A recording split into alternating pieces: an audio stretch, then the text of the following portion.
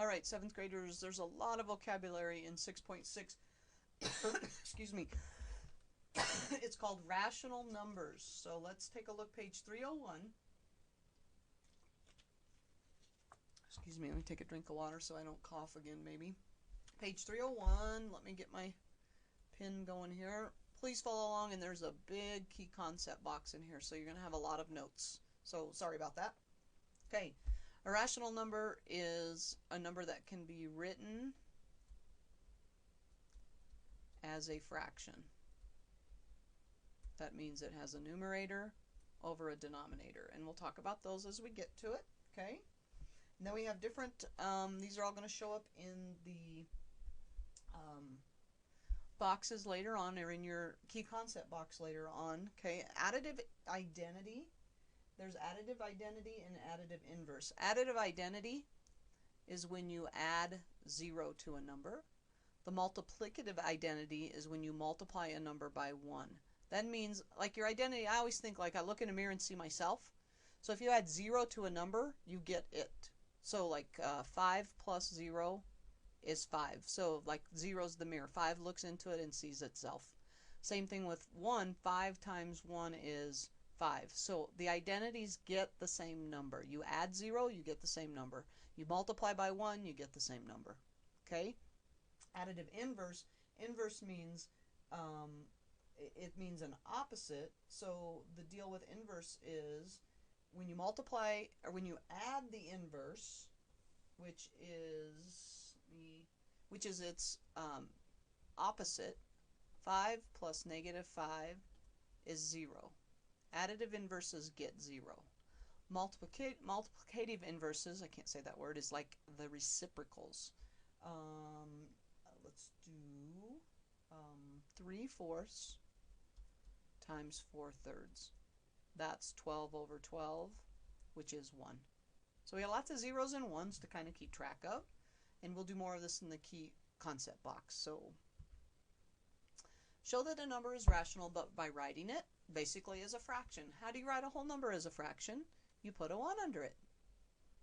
So now we know it's rational because we could write it as a fraction, just 6 over 1. Okay, negative 3/5, it already is. It's got a number on the top and the bottom. Even though it's negative, it is still rational. So it's done. Okay, 75 hundredths, 0.75. The correct way to say that is 75 hundredths. We can write that as a fraction, which also we can reduce down to 3/4. So that is it showing it's rational by showing it, writing it as a fraction. Now this, a lot of people think these are fractions, and it's not. This is a mixed number, and if you remember to change a mixed number into fraction form where there's only a number on the top and a bottom, it's going to be an improper fraction, and it's going to be negative. You do what I call the half circle method. You multiply, then you add. 3 times 2 is 6, plus 1 is 7, and the bottom stays the same. Negative 7/3. Ordering rational numbers, order -1, -1 6/10, 2/5, -1 1/4, and -3/8 from least to greatest. So obviously 2/5 is the greatest because it's the only positive number there. Okay, so that one we can kind of leave out of the equation. That one's all the way up there. The rest of them, I need to either put them in fraction form, or I need to put them in decimal form in order to understand where the heck are these, or plot them on a number line, however you want to do it. This is -1 6/10, which reduces to -1, and actually it might be easier to put them in, you know what, I think we'll put them in decimals. 1/4 is a quarter, so that's -1.25. 3/8, 3 divided by 8, we can make that a decimal pretty quick. That's going to be 3, which is 24, 60.3, 7 would be 56, 4, 375, so -0.375. So remember, the bigger the number, the more it is, the smaller it is in a negative, so -1.6 is going to be first. -1.25, or 1 1/4, is going to be next. negative 1, negative 0, negative 3/8. I got to use the original numbers, and then positive 2/5. So let's see if, I think they probably put it on a number line. They have the 6th, the negative 1 1/4, the negative 1. Yeah, we got it. There's lots of ways you can look at it. You can make them, to me it's easier to make them decimals because when I make them fractions, I don't want to get common denominators. So I think that makes it a little bit harder. Show that each number is rational by writing it a over b, then order the numbers from least to greatest. Okay, so this time they want us to write it as a fraction. So 2.5 is 2.5. And if we change that, that would be 5 halves. This is negative 1 is just negative 1 over 1. This is negative 5/8. And this is negative 8/10, which reduces to negative 4/5. All right. Well, we got 3 negatives. Negative 5/8. This is our biggest negative because it's almost a whole 1. Then negative 5/8. That's about a negative a half. Then we have, wait, negative 1 is a whole 1. That is bigger. And then we go to 5 halves. So negative 1 was the original number. This was negative 0.8. This one was the original number. And 2.5 would go here. I don't know. Keep your fingers crossed. Let's see if we got it. And there's writing them as rationals. Look at there.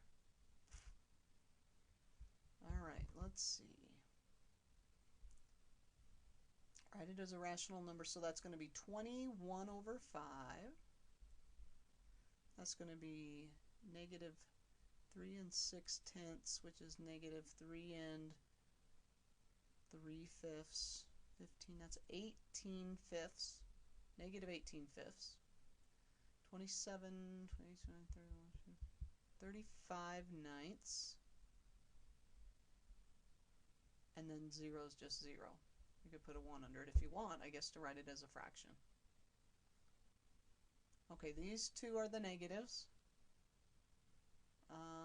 Negative 3.63 6/10, 8/9. That one's going to be bigger. It's almost 4. So negative 3 8/9, negative 3.60, and 4 1/5. We'll put them in order that way. There's writing them for rational numbers. We did it. Got it right. Just using some common sense about numbers now. All right, so this is the key concept box on page 302, and I'll put an example with each one as you write it down. The sum of a number, its additive, inverse, or its opposite is 0. So the inverse property of addition is something like this. 5 plus negative 5 equals 0. Inverse means opposite. Remember, opposite. So adding an opposite is going to get you 0. Identity property is when you add 0 to a number. So 5 plus 0 is 5. You get that number. Okay? The inverse property of multiplication is multiplying by its reciprocal. And that's going to equal 1. And identity property is when you multiply by 1, you get the number that you started with. So take a second and write those down. There's examples in your book. I won't write the algebra examples. You guys can get away without doing those. And let's go on to some of these. Tell which property is being illustrated. So I'm multiplying by the reciprocal. I'm going to have to go back to the, so that's the inverse property of multiplication. Inverse multiplication. We're adding the opposite. We're adding, so it's the inverse property of adding. There we go. This one I am switching. I'm just switching the order. That's a commutative property. Ooh, they threw one in that we haven't talked about in a while. Multiply times 1 and get itself. That's the identity property.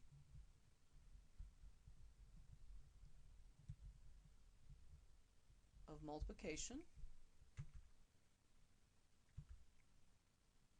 Evaluate the expression, justify each step. Now, this is one of those that I don't, you don't really have to justify each step. It's okay. Don't do that. Just I just do it, okay? It's decimals, but I always add negatives to negatives. So the first thing I would do is add these two negatives. So 10.6 plus 4.4 is 0, carry the 1, 5 is 15. Negative 15 plus 3, you subtract because 1 is negative and 1 is positive, so the answer would be negative 12. And they're going to, you can switch the order because of the commutative property.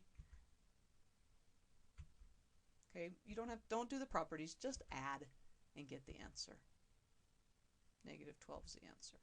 Okay, this one I can multiply. Remember, you can multiply in any order. That's a commutative property again. 25 times 4 is a great place to start because that equals 100. Two negatives make a positive.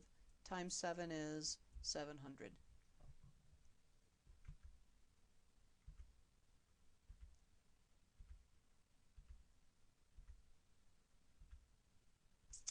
And adding the fractions, these two fractions right here are opposites of each other, so they're going to equal 0. 2/3 plus negative 2/3, they kind of cancel each other out.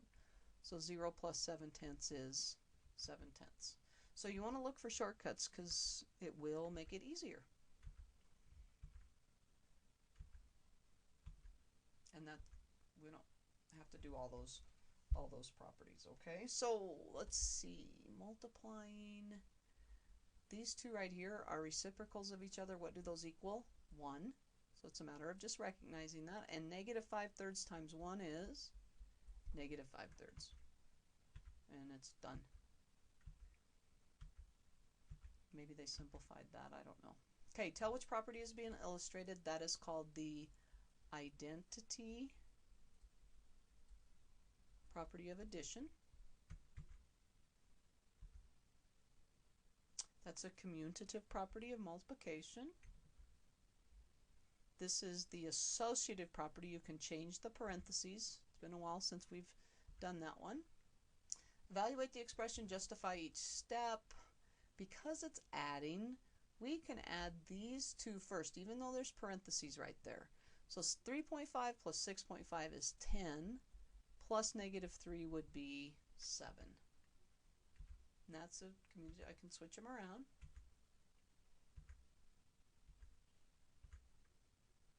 Okay, this one, I'm going to take 5 times 4 and get 20. That's easy. Times 9 would be 180, and 2 negatives make it positive. And they probably switched them around just like I did.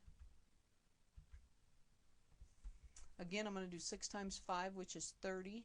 2 negatives make a positive, so I know they're done. 90. And it is kind of nice to see that those properties allow you to switch things around. I'm going to do the commutative property and add these first. 2.8 and negative 1.8 would be subtract. You get 1. Plus 7 is 8.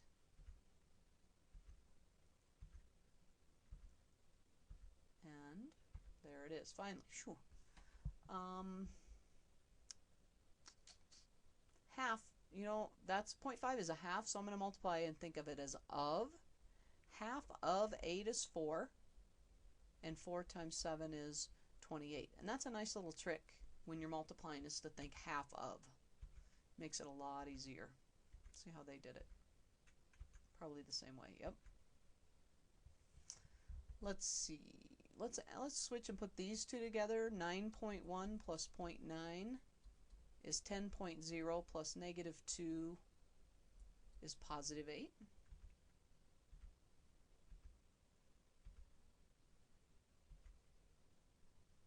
These two right here, see a positive 94 and a negative 94 make 0, so the answer is just 87. Again, you don't have to do all the properties.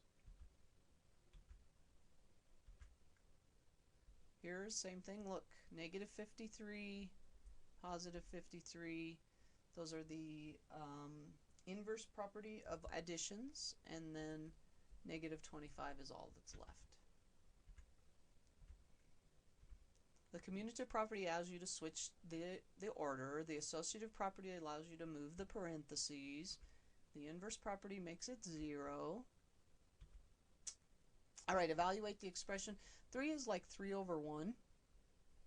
And do you see these two are reciprocals of each other? Reciprocals always equal 1. So 1 times 5/6 is 5/6. So it's important to look for shortcuts. You don't have to just go in order, especially when you're multiplying and then adding.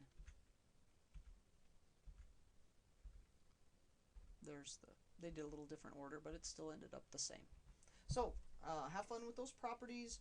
Remember, the associative property and the commutative property actually are talked on the top of page 302. They talk about them a little bit up there. So give those a shot, and we'll see you next time.